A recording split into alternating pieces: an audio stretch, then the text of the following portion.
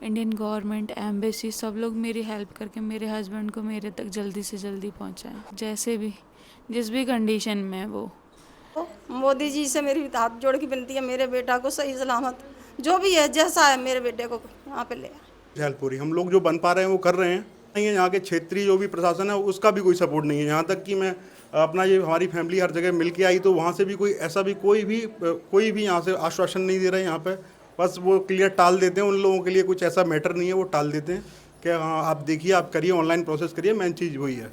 ग्वालियर का एक युवक अच्छे सपनों की खातिर रोजी रोटी की चाहत में अपने बच्चों के लिए अच्छी लाइफस्टाइल मेंटेन करने के लिए दुबई में गया नौकरी के लिए।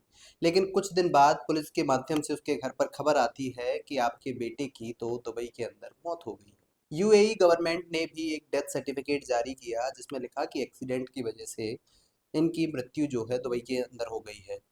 लेकिन उसके बाद में उनके परिवार का जो हाल है, उनका परिवार किस कदर मायूसी में डूबा हुआ है, दर-बदर भटक रहा है, चाहे विदेश मंत्रालय हो, चाहे बड़े-बड़े नेता हों, सबके दर पर चक्कर लगा रहा है कि कम से कम हमारे बेटे का शव तो हमें लौटवा दो। वो जिस हाल में है, उस हाल में तो हमें लौटवा दो, ये गुज़ारिश करता हुआ पूरा परिवार है। आप देख सकते हैं माताजी हैं, पिताजी हैं, बेटे का एल्बम लिए हुए हैं। आपको बता दें कि ग्वालियर के पिंटो पार्क में रहने वाले सूरज शर्मा हैं, जो बीती 18 मई को दिल्ली गए थे और दिल्ली के बाद में दुबई चले गए। 25 मई तक उनकी अपने घर पर बात हुई, लेकिन 26 तारीख से उनकी कोई बात नहीं हुई, जिसके बाद में परिवार चिंता में था। और लगभग अब से 3 से 4 रोज़ पहले ही घर पर गोले का मंदिर थाना पुलिस आती है और आकर बताती है कि आपके बेटे की ऐसे-ऐसे डेथ हो गई है। इसके बाद पूरा परिवार चिंता में है, लगातार दिल्ली के चक्कर लगा रहा है, विदेश मंत्रालय के चक्कर लगा रहा है। इन्हीं से बात करके जानते हैं कि क्या पूरा मामला हुआ था, क्या घटनाक्रम पूरा अब तक का रहा है। मेरी 25 को हुई थी हुँ, मई में। उसके बाद से मेरा कोई कांटेक्ट नहीं है उनसे, ना कोई मैसेज ना कोई कोई साथ में कॉल। रह के उनसे बात हुई है? नहीं, कोई उनके साथ नहीं है, वो अकेले ही जाते थे ट्रैवल करने। आप दिल्ली गई, क्या कहा उन्होंने? हाँ, मैं दिल्ली गई थी। एम्बेसी में मेरी कोई हेल्प नहीं हुई, बस मेरी मंत्री जी के साथ में मेरी बात हुई थी तो उन्होंने आश्वासन दिया मुझे कि मैं जल्दी से जल्दी आपको प्रायोरिटी देकर आपका काम करवाऊंगा। अभी क्या कहना चाहेंगी मंत्रियों को और मैं सभी लोग? बस यही कहना चाहती हूँ इंडियन गवर्नमेंट, इंडियन एम्बेसी से, मंत्री जी ने जैसे मेरा सहयोग किया वैसे ही मेरी पूरी इंडियन गवर्नमेंट, एम्बेसी, सब लोग मेरी हेल्प करके मेरे हस्बैंड को मेरे तक जल्दी से जल्दी पहुँचाएँ।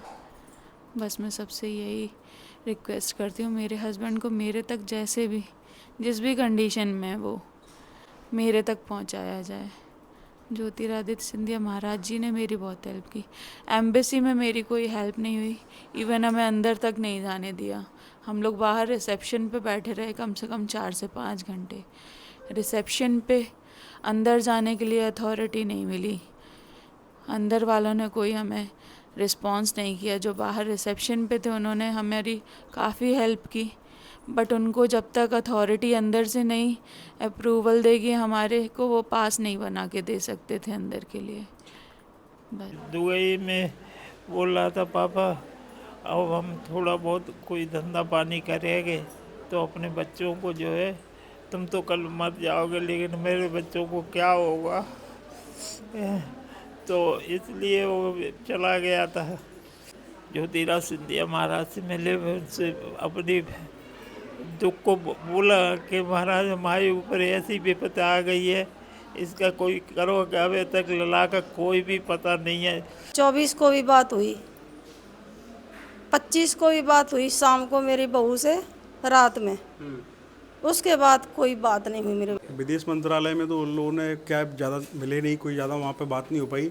और जो अपना एम्बेसी है वहाँ तो अंदर भी नहीं आने दिया। विदेश मंत्रालय में थोड़ा सा आश्वासन दिया गया था, और बाकी का जो हमें मेन आश्वासन मिला है वो सिंधिया जी के जहाँ से मिला है। उन्होंने बोला है हम इस मैटर को ज़्यादा से ज़्यादा जितना जल्दी हो सकता है उसको सॉर्ट आउट करेंगे, और जो भी जाँच है हम कराएंगे।